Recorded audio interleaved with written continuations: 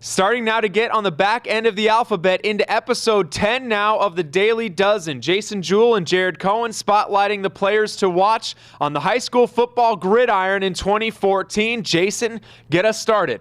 In our last episode, I got to talk about a group of brothers in the Palomino brothers. Well, now I'm going to another family of very talented football players in the Peets. We've talked about Todd Peet a long time ago, Simon, Nebraska, Andrews Peet, going to be a first-round draft pick likely out of Stanford. Now Cassius, who is a great football player and basketball player at Corona del Sol, one of the top prospects in the state and in the nation. Currently a 4-star outside linebacker for us at Scout.com. I really like his ability. He's 6'3", 225 pounds, 230 pounds, a guy that can play linebacker, defensive end, maybe even tight end, or grow like his brothers and be a defensive tackle. Cassius Peet, another one of the top prospects for the 2015 class, is Bryce Perkins. Had a fantastic junior season leading the Chandler Wolves. Led them on an unbelievable final drive to get their first win ever over Hamilton High School. Throw that touchdown to Deontay Sykes. It was a night that the Chandler fans will not soon forget. He's back, and as a senior, he's already now committed to Arizona State. He is really, every time we've seen him play, his arm mechanics look better. His arm looks stronger. He is becoming more and more of a pure quarterback and not as much of a dual threat. I love how he's evolved his game, and it's going to be one of the top, if not the top quarterbacks in the state this season. Norris Vaughn loves to run the football at Mountain Point, and who wouldn't behind the great offensive line that he has? And a guy that I expect to have a breakout year is Davis Parrott. Expected to start at right tackle, has not started a game yet, going to be a senior, but he looks the part. He's 6'5", 265 pounds, and still raw. We went out and saw him at spring football, and he just looks athletic. Once he gets some film, I think the college coaches are going to start really heavily recruiting him. Michael Peoples at Agua Fria. Agua Fria every single year seems to have one or two prospects that really just fly under the radar and end up being very good players at the next level, and Michael Peoples is that player this season for the Owls, coming off a year where he played at the defensive end position but is kind of trending towards being a defensive tackle at the next level, has an offer from UC Davis already, and looks to be one of the top players in the trenches on the defensive side of the football this season. Going to spotlight now a very under-the-radar running back prospect, Terrell Pites Noble at Mesa High. No one's really talking about him yet. He rushed for 1,100 yards and 9 touchdowns. New era out there for the Jackrabbits. Longtime head coach Kelly Moore has left and gone out back to the west side where he's from, to Buckeye High School. New coach now. I think they're going to keep feeding the ball to Noble.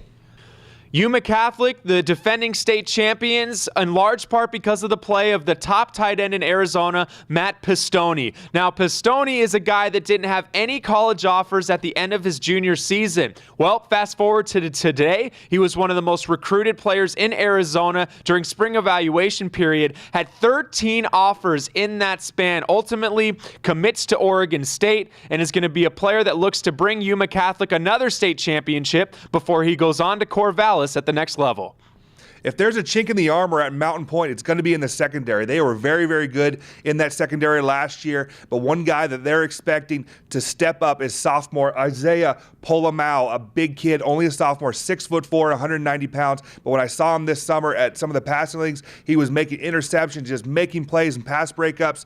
Going to be his first year starting on varsity, and I'm expecting a breakout year for him. Over the last 3 seasons, Sal Point High School has had countless Division I athletes on the football field, but there's been one guy over the last 2 seasons that has led them in tackles. As a sophomore and as a junior, and now going into his senior season, is Taylor Powell. Just recently made news on his commitment to Nevada. Looks to be, again, one of the state's leading tacklers, and maybe the leading tackler on Sal Point yet again, the leader on that defense, as they look to try to repeat as state champions in Division II.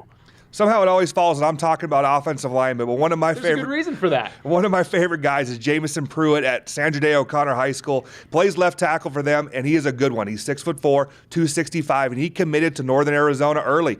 Was most recently offered by San Jose State, but he said, I'm staying with the Lumberjacks. I want to stay in state. That's where I want to play at. But I like him. He's physical, he's athletic, and he's above a 3.9 student. We talked about in the last episode of Caleb Pert on how long it's been since we've been talking about him. It seems like he's been playing forever because he started as a freshman and now he's going to be a senior. Right behind him is Garrett Rand, who also has been starting on the defensive line for Hamilton since he's a freshman. Very talented player, strong as an ox. He is a player mover on the defensive line in the trenches for Hamilton and looks to have a big season. That Hamilton defensive line and always Hamilton in the trenches is a large part to their success and why they are always in the thick of it in the state championship run. Goldwater head coach Rich Metcalf is very high on his quarterback. The guy under center is Cooper Ray. Big, tall, lanky kid, 6'3", 6'4", 175, 180 pounds. Big player that has a lot of potential. Needs to improve on some things, some of his mechanics, but he's a guy that if Goldwater wants to continue to progress as a school, as a program, is going to be behind Cooper Ray. Yeah, and we mentioned in the last episode, Goldwater is a team that I think could be an under-the-radar team because of the amount of players that they have coming back this season. And the player that I'm going to mention right now is Danny Reyes, the tight end, defensive end player, two-way player for Goldwater. Now, something that you might not know about Danny Reyes, he's one of the nation's top wrestlers. Went 57-0 last season in the 220-pound class. He's one of the best in the nation, and he's also uses those wrestling skills on both sides of the football. I can also catch the ball pretty well for a wrestler. Normally the wrestlers, they're good at moving people and chucking people, but this kid has good hands too. Danny Reyes, a kid at Goldwater, another kid at Goldwater to keep an eye on in 2014. That's Jason Jewell. I'm Jared Cohen. This has been episode 10 of the Daily Dozen.